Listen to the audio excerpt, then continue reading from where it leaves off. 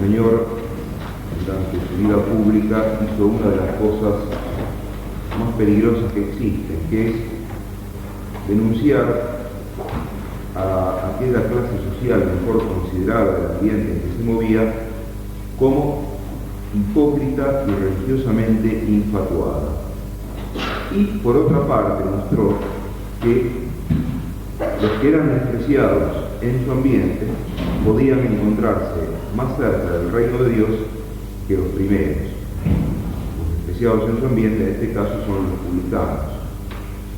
Tenemos que entender por qué los publicanos eran despreciados.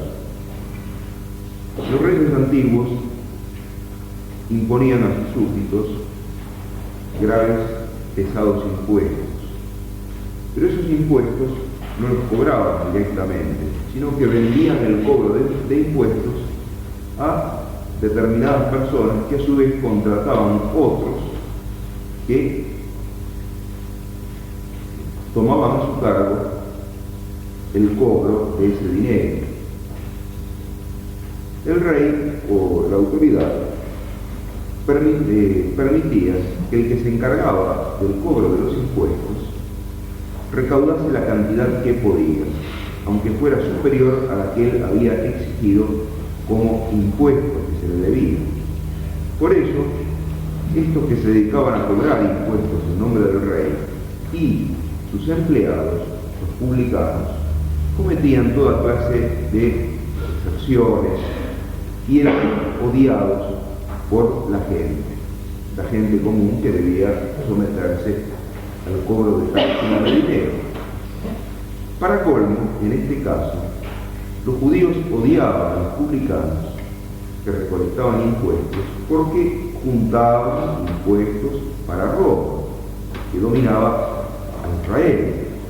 Los judíos, por supuesto, no les hacía ninguna gracia pagar impuestos, pero menos aún les agradaba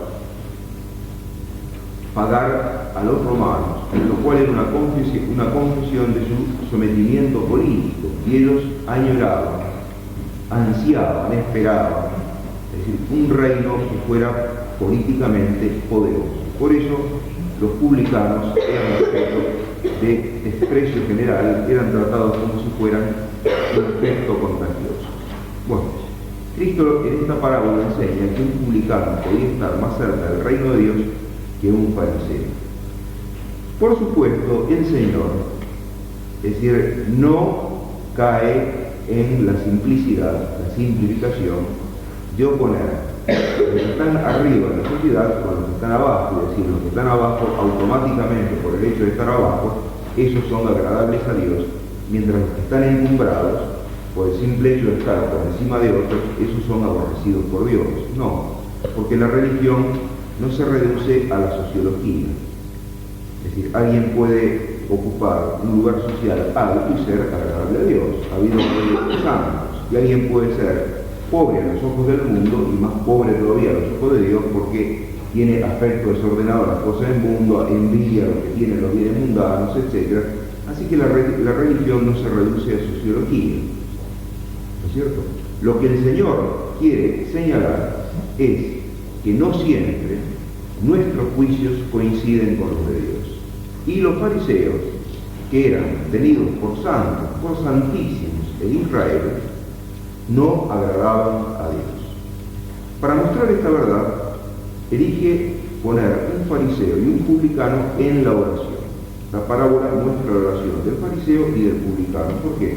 Porque la oración es una ocasión privilegiada para conocer lo que hay en el interior del hombre. Santa Teresa, maestra de la oración, que tiene el libro más profundo escrito en la historia de la Iglesia sobre la oración, muestra que hay una correspondencia perfecta, exacta, entre lo que vale la oración y el grado de gracia y de caridad que tiene el alma. Si alguien está lejos de Dios, aunque su oración sea hecha con muchos pavientos, con muchas palabras, con muchos gestos, sea notoria a los demás, esa oración no vale nada. En cambio, el que tiene el alma en gracia, aquel cuya caridad es intensa, aunque su oración no sea percibida por los demás o no parezca gran cosa a los ojos de los demás, sin embargo, esa oración es muy valiosa a los ojos de Dios. Comienza mostrando al fariseo. El fariseo se adelanta para orar, se pone en un lugar notorio. Él desprecia a los demás, pero le gusta que los demás lo vean y lo aplaudan. Es una extraña mezcla de desprecio y de búsqueda del reconocimiento de parte de los demás. Se pone en el primer lugar y ora de pie. No está mal orar de pie. En la Santa Misa hay momentos en que se reza de pie, pero aquí el estar de pie vale como signo de una actitud espiritual de aquel que no se postra ante Dios, porque no se reconoce deudor frente a Dios. En el Evangelio tenemos que después de la pesca milagrosa, Pedro se reconoce indigno de estar a los pies de Cristo, delante de Cristo, y le pide que se aleje de él, porque él es un pobre pecador. La Magdalena aparece siempre a los pies de Cristo. San Pablo, cuando ve a Cristo resucitado, es tumbado de la cabalgadura. Todo aquel que tiene alguna percepción de Dios no se exalta, sino que al contrario conoce la inmensa desproporción que hay entre Dios y el hombre, y entonces queda humillado y anonadado. Pero como el fariseo se tiene por mucho, cree que puede hablar con Dios de igual a igual, permanece de pie. Ora con la cabeza levantada. Y su oración no consiste en una glorificación de Dios, sino que se complace en sí mismo, se glorifica a sí mismo. Te doy gracias, Dios mío, porque yo no soy como los demás. Yo ayuno, yo pago el diezmo, etc. Y esa glorificación de sí mismo va unida al desprecio de los demás. Yo no soy como los demás, no soy como ese publicano que entró conmigo al templo y está por allá atrás. ¿Qué nos dice el Evangelio de este hombre, de este tipo de oración? No es justificado, no entra en el reino de Dios. ¿Por qué? Porque él pretende tener una justicia que no la ha recibido de Dios, que no la ha recibido de Cristo. Él cree ser justo con sus propios méritos y entonces no puede recibir la justificación, la salud que trae nuestro Señor. El fariseo de la parábola se parece a otro personaje de otra parábola de Cristo, al hermano mayor en la parábola del hijo pródigo. El hermano mayor se jacta delante del padre de haber cumplido siempre, de haber trabajado, y se escandaliza ante la misericordia que el padre muestra con respecto al hijo menor que se había alejado de la casa y había malbaratado, dilapidado sus bienes. También el hermano mayor se tenía por justo, y también el hermano mayor despreciaba al otro porque era un pecador. Y no se daba cuenta que su situación moral era infinitamente más grave que la del otro, que por lo menos se reconocía pecador. En pocas palabras, tanto en el fariseo de esta parábola como en el hermano mayor de la parábola del hijo pródigo, se cumple aquello que había sido dicho por nuestro Señor Jesucristo. Los que se creían sanos se quedarían sin la salud que traía el médico, Cristo, porque Cristo venía a sanar a aquellos que comenzaban por reconocerse enfermos. El caso del publicano es diametralmente opuesto. Se queda en el último lugar porque se sabe indigno de comparecer ante Dios, no desprecia a los otros porque tiene demasiada conciencia de su propia indignidad y pide perdón a Dios de sus faltas, que son muy reales, pero como las reconoce y las pone delante de Dios en actitud penitente, puede recibir el perdón de Dios porque Dios es misericordioso. Cuando nosotros nos reconocemos pecadores ante Dios, Dios derrama su misericordia sobre nuestros pecados y los hace desaparecer.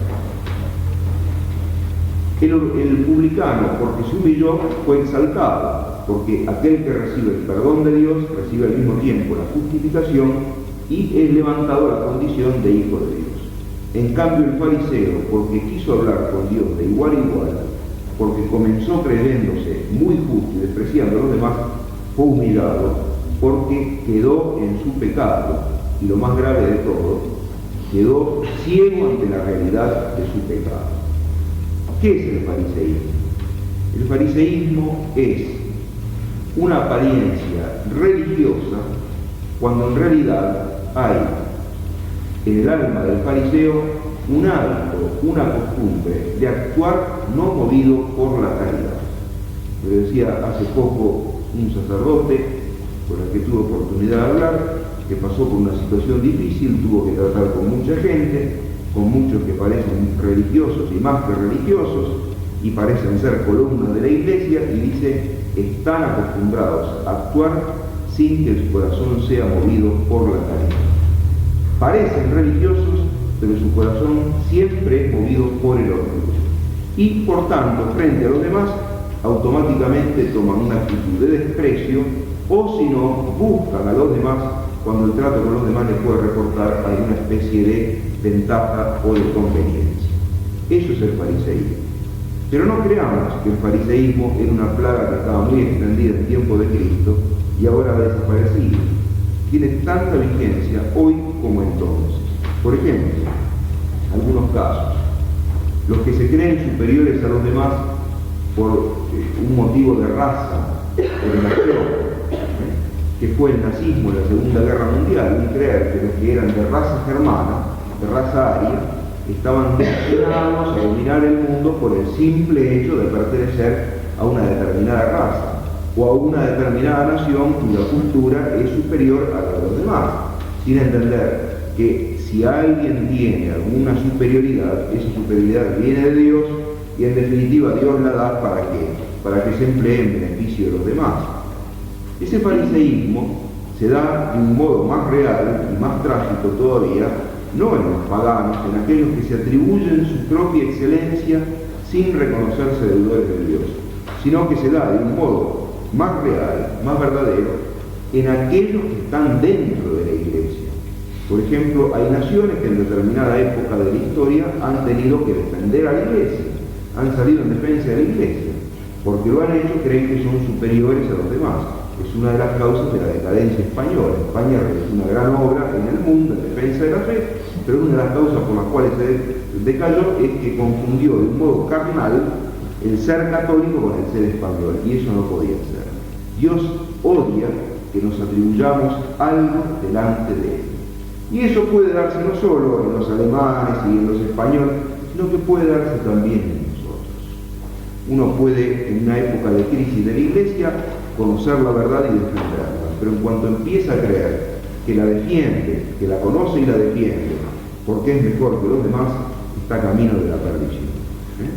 O si no, aquellos que le dan muchísima importancia a cosas exteriores, que son correctas, pero que no consisten, que no hacen a la esencia de la religión. Por ejemplo, es muy bueno usar hábitos religiosos, es lo ideal, pero cuando transformamos nuestra religiosidad en andar con los zapatos lustrados, estoy defendiendo mi causa, mira del padre Escurra, es decir, y usar sotana y andar con un cuello así de alto, y la religiosidad consiste en eso y nada más que eso, cuidado porque ahí está el fariseísmo. Tener una buena liturgia es una cosa muy importante, porque en la liturgia se hace presente Dios, pero cuando uno transforma la liturgia en una especie de ballet sagrado, y en cuanto transpone la puerta de la iglesia, se olvidó de toda esa absoluta entrega a Dios que pretendía tener en el momento de la celebración litúrgica, ahí hay otra raíz de fariseísmo. Si uno pertenece a un seminario, un instituto cualquiera que ande bien, pero creer que anda bien porque uno está ahí, y uno está ahí porque le da el cuero, en definitiva se está atribuyendo a sí mismo la excelencia del seminario, del instituto, de lo que fuera, ahí hay otra raíz de fariseísmo. El diablo es como los mosquitos. En verano, por más que uno cierre toda la puerta y toda la ventana, el mosquito entra. Y el diablo, de modo semejante, siempre filtra su espíritu. Y el espíritu que filtra el diablo en las personas religiosas es hacer despreciar a los demás en virtud de una excelencia real o imaginaria que uno tiene.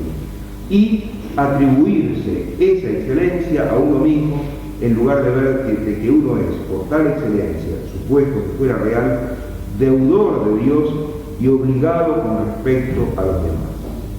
Para combatir el fariseísmo tenemos que acostumbrar a que nuestro corazón sea movido por la caridad.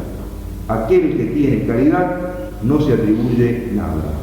Se sabe deudor de los demás y transforma esa conciencia de su deuda ante Dios y ante los demás en actos concretos en servicio de los otros. Ojalá todos nosotros entendamos esta lección, que así sea.